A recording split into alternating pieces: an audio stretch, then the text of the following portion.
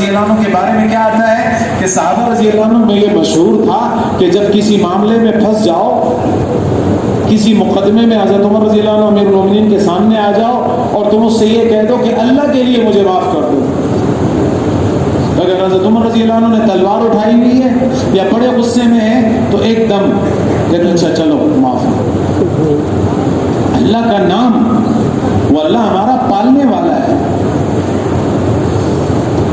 نماز میں جو پڑھ رہا ہوں کیوں پڑھتا ہوں؟ وہ اللہ جس نے مجھے پیدا کیا، وہ اللہ جس نے مجھے صحت دی، وہ اللہ جس نے مجھے یہ سب کچھ دیا، اس اللہ نے مجھے کہا ہے کہ اقیم الصلاۃ، اس لیے میں نماز پڑھتا ہوں تاکہ وہ اللہ اور رب مجھ سے راضی ہو۔ روزہ میں کیوں رکھتا ہوں؟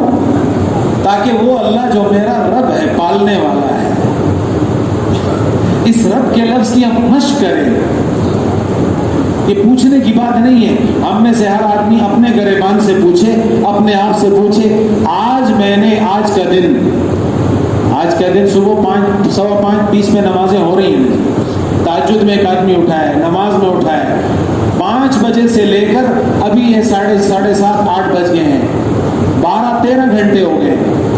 اس 12-13 گھنٹے میں نے اللہ کو رب کہہ کر کتنی دفعہ پکارا ہے، یا کسی کو میں نے کہا ہے کہ ہمارا پالنے والا اللہ ہے، بس خود پتہ چل جائے۔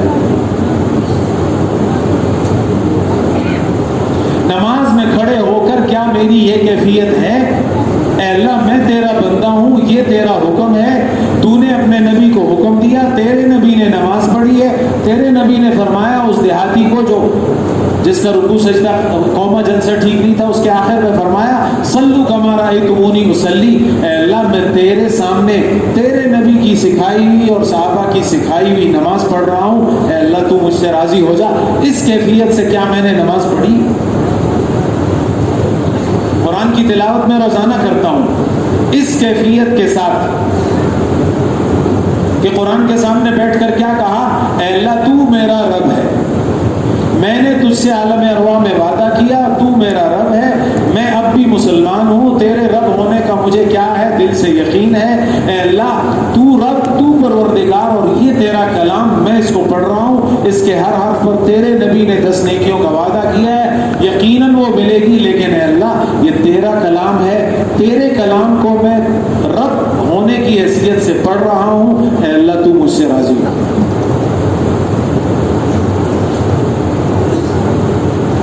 حضور صلی اللہ علیہ وسلم کی زندگی اس سے بھری ہوئی، جتنی موقع محل کی دعائیں کبھی آپ نے غور کیا ہے؟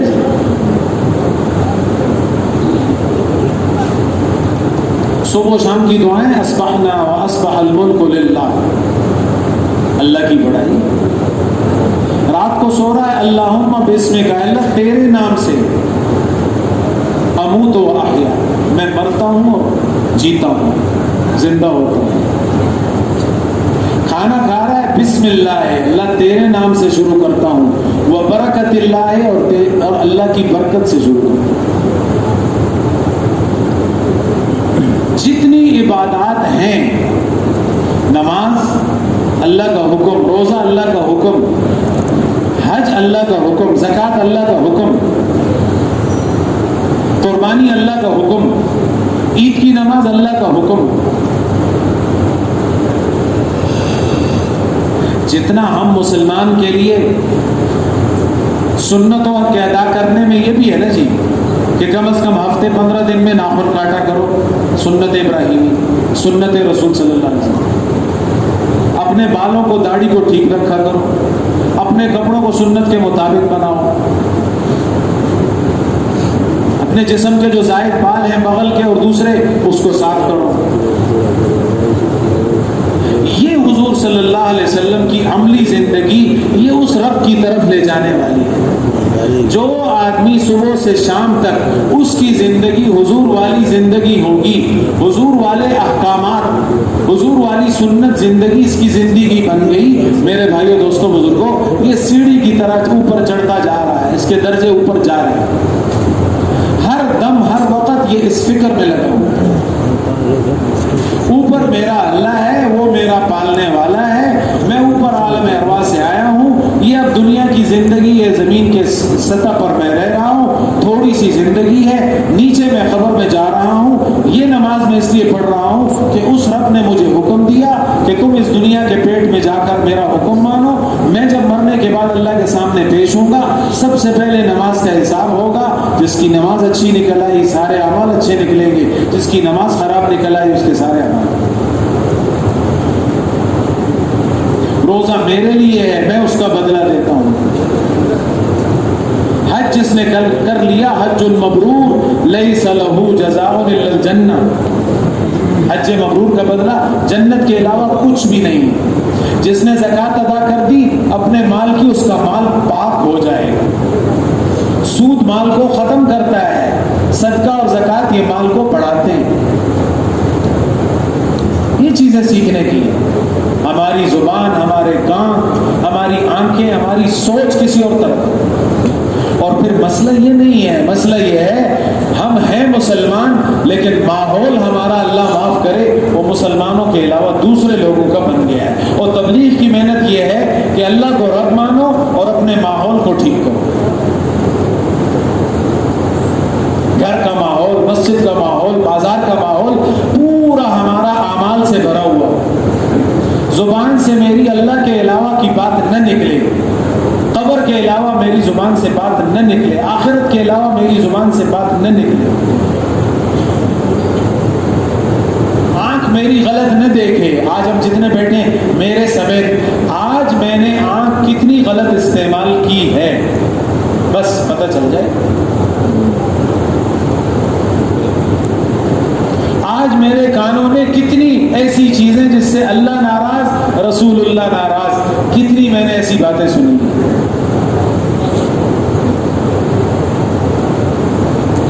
اچھا, حدیث میں آتا ہے نا, ایک صحابی کے بارے میں حضور نے فرمایا یہ جنتی ہے. ٹھیک ہے جی. وہ صحابی کہتے ہیں میں ان کے پیچھے گیا, 3 دن ان کے ساتھ رہا. میں نے اس سے پوچھا کہ یار تو بتا, تیرے بارے میں نبی صلی اللہ علیہ وسلم نے فرمایا کہ جنتی ہے اور میرے تیرے عمل میں تو کوئی فرق ہے نہیں. جو عمل تو کرتا ہے وہ میں بھی کرتا ہوں, تو فرق کیا ہے؟ اس نے کہا میں رات کو سب کو سونے کے وقت معاف کر دیتا ہوں. یہ سنیے نا جی حدیث. ٹھیک ہے, یعنی لوگوں کے ساتھ میں اپنی طرف سے اپنا معاملہ ٹھیک کر کے سو جاتا ہوں. اور جو آدمی سونے کے وقت اپنے اللہ سے معاملہ ٹھیک کر لے, کیوں جی, کیا خیال ہے؟ اس کے مزے ہوں گے. قیامت کے قریب ایک آدمی صبح مسلمان ہوگا, شام کو کافر ہوگا, شام کو مسلمان ہوگا, رات کو سوئے گا مسلمان, اور صبح ہوتے ہی وہ کافر ہو چکا. یہ حدیث کہتا ہے. اگر ہماری یہ 4 چیزیں پابندی میں آ گئی, دین میں سختی نہیں ہے, دین میں پابندی ہے. یہ زبان, یہ آنکھیں اور یہ کان اور یہ سوچ اگر ہماری دین والی بن گئی, دین کو سننا, دین کو بولنا, دین کو دیکھنا اور دین کو سوچنا, یہ 4 راستے اگر ہمارے ٹھیک ہو گئے میرے بھائی دوستو, سب معاملہ ٹھیک ہے. یہ جتنے اعمال ہیں, نماز ہے, ذکر ہے, تلاوت ہے, استغفار ہے, موقع مال کی دعائیں ہیں, بندوں کے حقوق کو ادا کرنا ہے, ان سب کا مقصود کیا ہے, ان سب کا خلاصہ کیا ہے کہ آپ کے کان, آنکھیں, دل اور آپ کے ہاتھ اور یہ سارا جسم آپ کا کس میں آ جائے, کنٹرول میں آ جائے. اور کس کے کنٹرول میں؟ اللہ کے اور رسول اللہ کے کنٹرول میں. بس یہ تبلیغ کی محنت ہے, اور یہ ساری بھاگ دوڑ اسی کے لیے. لیکن بنیاد لا الہ الا اللہ ہے اور محمد الرسول اللہ, یہ بالکل آخر تک اس سب پہ چلنا ہے.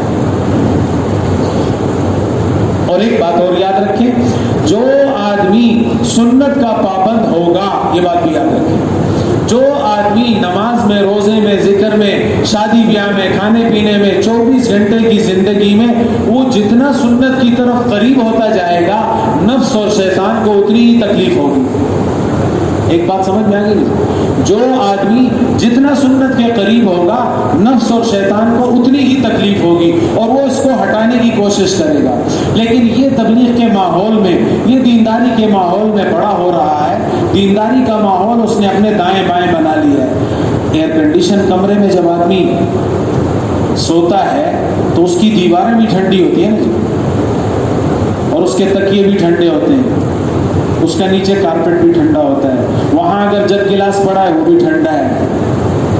پردے جو لٹکے ہوئے ہیں وہ بھی ٹھنڈے ہیں. اس کو کہتے ہیں ماحول. ماحول کہتے ہیں دائیں بائیں, ارد گرد. ماحول اس کو کہتے ہیں ارد گرد. یہ جو بارش کی دعا ہے نا, اللہم حوالینا ولا علینا, اس کا معنی کیا ہے؟ اے اللہ اس کو ہمارے دائیں بائیں باہر بھیج دے اور ہمارے اوپر اس کو نہ برسا. ماحول تو اس کا ماحول جب ٹھنڈا ہو گیا ساری چیزیں ٹھنڈی ہو گئی. ماحول اس وقت ہماری یہ مسجد میں گرمی ہے نا, دیوار بھی گرم, ممبر بھی گرم, یہ مائک بھی گرم, سب گرم ہے. اگر ہمارا ماحول, میرے بیوی, میرے بچے, میری دکان, میرے دائیں والی دکان, میرے بائیں والی دکان, میرے بازار میں سامنے والی دکان, اگر یہ دیندار ہوں گے, دینداری کا ماحول بن گیا, تو ان سب کی آنکھیں بھی دیندار, ان کے کان بھی دیندار, اس کا سارا جسم دیندار, اس کی بیوی دیندار, اس کے بچے دیندار, سب دیندار ہو جائیں. اب وہ ماحول بنانے سے بنتا ہے.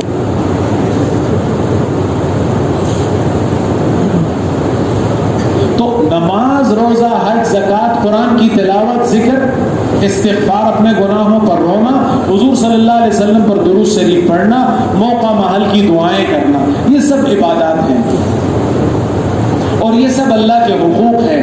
وہ اللہ جو ہمارا رب ہے, جس سے ہم نے وعدہ کیا, اس دنیا میں ہم نے آ کر رب کو, اللہ کو رب مانا, پھر استقامت سے ہم اس پر مرتے دم تک چلتے رہے. اس میں جتنے ہمارے مقابلے میں رکاوٹ آئی, دین پر جب آدمی چلتا ہے, سنت پر چلتا ہے, تو اس کے بعد سامنے رکاوٹ بھی آتی ہے.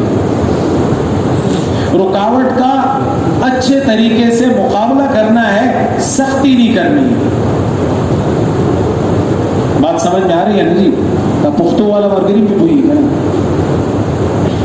سنت پر چلیں گے, اللہ کے حکم پہ چلیں گے, تو رکاوٹ آئے گی. اور رکاوٹ کیا ہوگی؟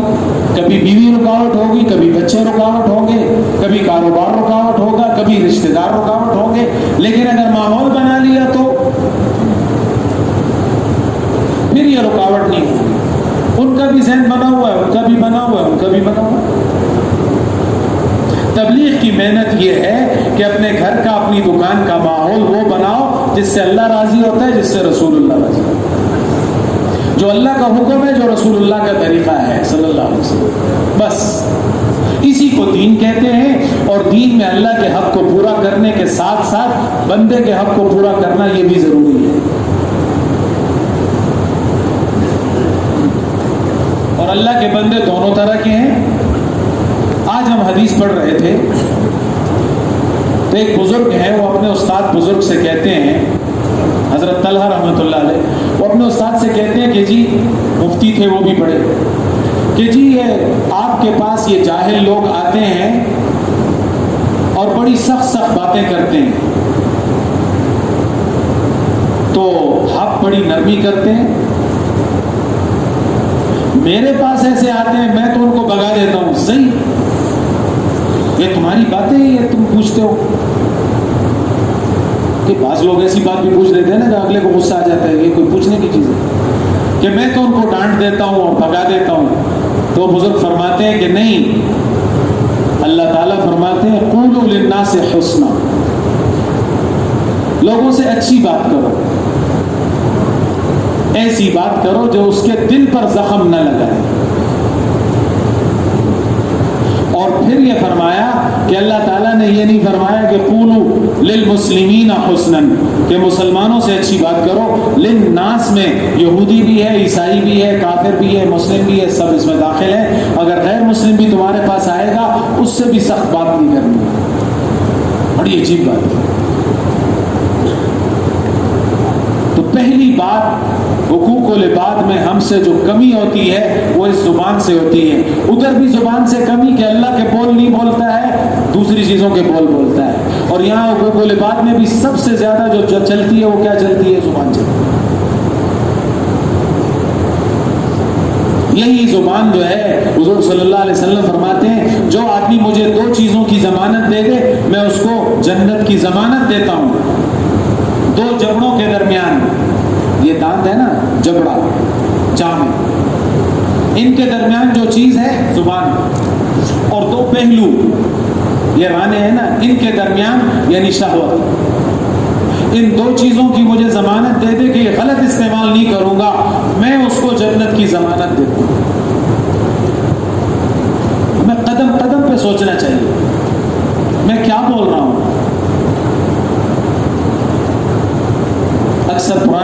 سے تو میں یہ عرض کرتا ہوں، ہم کیا کہتے ہیں جی فلانے ماں پسے روزے کی تبوتے لے، فلانی ماں سلور میں اشتے لگولی. یہ تو پوچھو کہ تمہاری وجہ سے کتنے لگے ہیں، لیکن تمہاری زبان کی وجہ سے کتنے دور ہو گئے وہ تمہیں نظر نہیں آتا. قولوا للناس حسنا، نرم بات کرو. پیارے نبی علیہ السلام فرماتے ہیں خیرکم خیرکم لأہلکم، تم میں سے بہترین آدمی وہ ہے جو اپنے گھر والوں کے لیے بہترین ہے، اور میں تم میں سب سے زیادہ اپنے گھر والوں کے لیے بہترین ہوں. ہمارے پشتوں میں کیا مثال ہے، لاجب شہد، ہم بلا ہم قلال. اگر غلط بول دیا تو بلا بن گئی، اور اگر اللہ رسول کے مطابق بولنا شروع کر دیا تو تمہارے لیے قلعہ اور حفاظت بن جائے. اخلاق میں سب سے پہلی چیز ہمارے شاہد صاحب اکثر فرماتے ہیں کہ ہمارے اخلاق بھی ٹھیک ہوں اور ہمارے معاملات بھی ٹھیک ہوں، اور ان دو چیزوں میں اللہ معاف کرے پھر اسلام بھی گیا، پھر تبلیغ بھی گئی، پھر سب کچھ گیا. غصہ جب آ جاتا ہے نا جی، ایک مفتی صاحب کے پاس ایک ساتھی آیا، انہوں نے کہا جی وہ میں نے بیوی کو اس طرح طلاق دی ہے تو کیا اس سے طلاق ہو جاتی ہے؟ مفتی صاحب نے کہا طلاق خوش ہو. میں نے کہا نہیں جی میں نے غصے میں دی تھی. نے کہا خدا کے بندے کوئی خوشی سے بھی کوئی طلاق دیتا ہے تو غصے بھی دیتا ہے. غصہ جب آ جاتا ہے نا آدمی کی عقل اس سے دور ہو جاتی ہے. دو آدمی جب آپس میں تکرار کرتے ہیں، برا بھلا کہتے ہیں، گالی دیتے ہیں، برا بھلا کہتے ہیں، تو ایک آدمی جب بولتا ہے تو فرشتہ اس کو کہتا ہے کہ تو خاموش ہو جا بس، یعنی اس کی طرف سے فرشتہ اس کو جواب دیتا ہے، اور اس بندے کو کہتا ہے کہ میں تو خاموش رہے، میں جواب دے رہا ہوں. لیکن جب اس بندے نے اس کو جواب دے دیا تو فرشتہ کیا کہتا ہے، اب تمہارا اپنا کام ہے، کرو جو کرنا ہے. اللہ تعالیٰ نے ہمارے ساتھ قدم قدم پہ فرشتے لگا رکھے ہیں، یہاں بھی فرشتہ ہے، یہاں بھی فرشتہ ہے. تعلیم میں بیٹھے ہزاروں فرشتے ہیں، نماز میں آ رہا ہے فرشتوں کے ماحول میں، قرآن پڑھ رہا ہے فرشتوں کے ماحول میں، قدم قدم پہ فرشتے ہیں. بیت الخلاء کی دعا کے بارے میں لکھا ہے، ہم کیا دعا پڑھتے ہیں، اللہم انی اعوذ بک من الخبث والخبائث. اے اللہ میں گندگیوں، پلیتیوں اور شیطان اور نفس کے وسائس اور ان سے کیا کرتا ہوں، پناہ مانگتا ہوں، جنات سے پناہ مانگتا ہوں.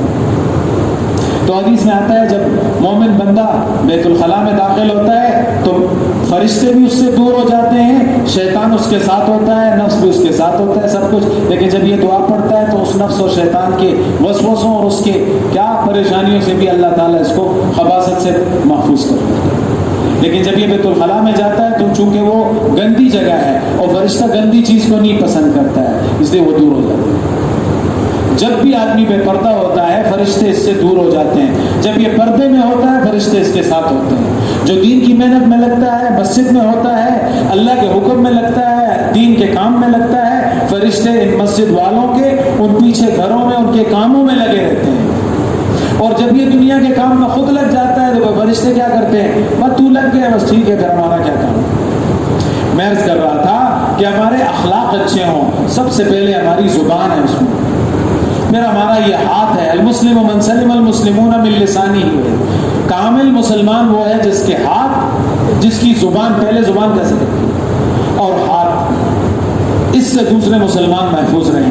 زبان کے بعد دوسرے درجے میں جو آدمی سے گناہ ہوتا ہے بندے کے حق میں، جو اس کا حق مارا جاتا ہے وہ ہاتھ سے مارا جاتا ہے. غلط دستخط کر دیا اس کا حق خراب ہو گیا، چوری میں ہاتھ ڈال لیا تو یہ اس کا حق خراب کر دیا. زمین پر اس کو آ کر کیا کر دیا، دیوار لگا دی. ہاتھ سے ہی کرتا ہے نا، اس کو پیسے دیتا ہے مزدور کو کہ آ جاؤ یا دیوار لگاؤ، اس کے حق کو خراب کر دیا. زبان کے بعد سب سے زیادہ جو بندے کا حق خراب ہوتا ہے وہ ہاتھ سے ہوتا ہے. اس لیے حدیث میں فرمایا زبان اور ہاتھ سے جو دوسرے مسلمان اگر محفوظ رہیں گے تو یہ کامل مسلمان ہے.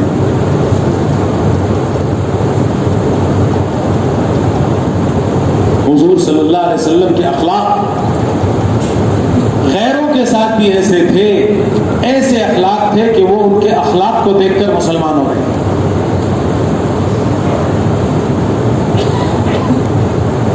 بندوں کا حق، آخری بات اس میں عرض کرتا ہوں، بندوں کے حقوق میں فضائل صدقات میں آپ وہ صفحہ پڑھ لیں، وہاں کیا لکھا ہے، قیامت کے دن 3 کچہریاں ہوں گی.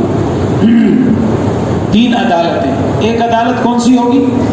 جس میں اللہ کے حق ہیں. اللہ کے حقوق میں تو اللہ تعالیٰ چاہیں گے جس کو معاف کر دیں گے, اللہ جس کو چاہیں گے عذاب دے دیں گے.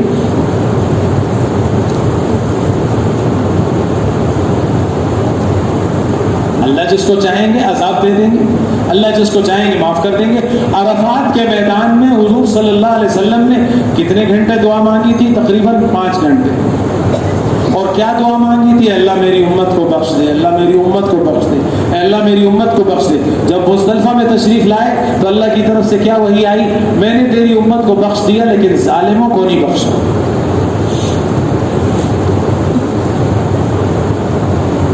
مزدلفہ میں حضور صلی اللہ علیہ وسلم پھر دعا میں لگ گئے, اے اللہ میری امت کے ظالموں کو بھی بخش دے, ظالموں کو بھی بخش دے, ظالموں کو بھی بخش دے. جب اندھیرا ختم ہوا اللہ کی طرف سے وہی آئی, میں نے تیری امت کے ظالموں کو بھی بخش دیا. لیکن حدیث میں کیا آتا ہے کہ اس کا تعلق حقوق العباد سے ہے, حقوق اللہ سے ہے کہ اللہ تعالیٰ اپنے بندوں میں سے جس کو چاہیں گے معاف کر دیں گے, جس کو چاہیں گے سزا دیں گے. مشرک کو تو معاف نہیں کرتے ہیں, کافر اللہ کے منکر کو تو اللہ ان اللہ لا یغفر ان یشرک بہ, اس کے علاوہ جس کو چاہیں گے معاف کر دیں گے, جس کو چاہیں گے سزا دے دیں گے. ایک عدالت. دوسری عدالت کس کی ہوگی؟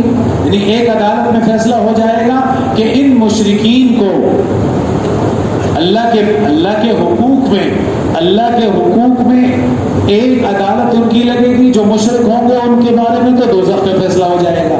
جو اللہ کے بندے مسلمان ہوں گے انہوں نے اللہ کے حق کو ضائع کیا ہوگا, اللہ چاہیں گے تو معاف کر دیں گے, چاہیں گے تو بخش دیں گے. اور تیسری عدالت کون سی ہوگی؟ بندوں کے حقوق کی.